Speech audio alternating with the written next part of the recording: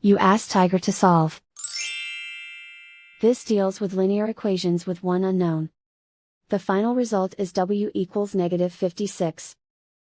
Let's solve it step by step. Isolate the w. Multiply both sides by inverse fraction 8 over -5.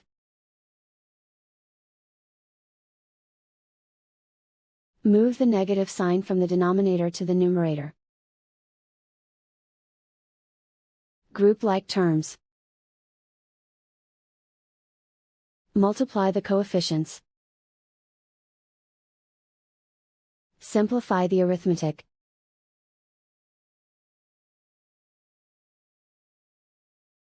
Move the negative sign from the denominator to the numerator.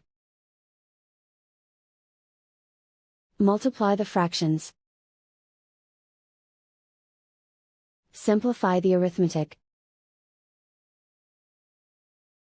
And so the final result is w equals -56.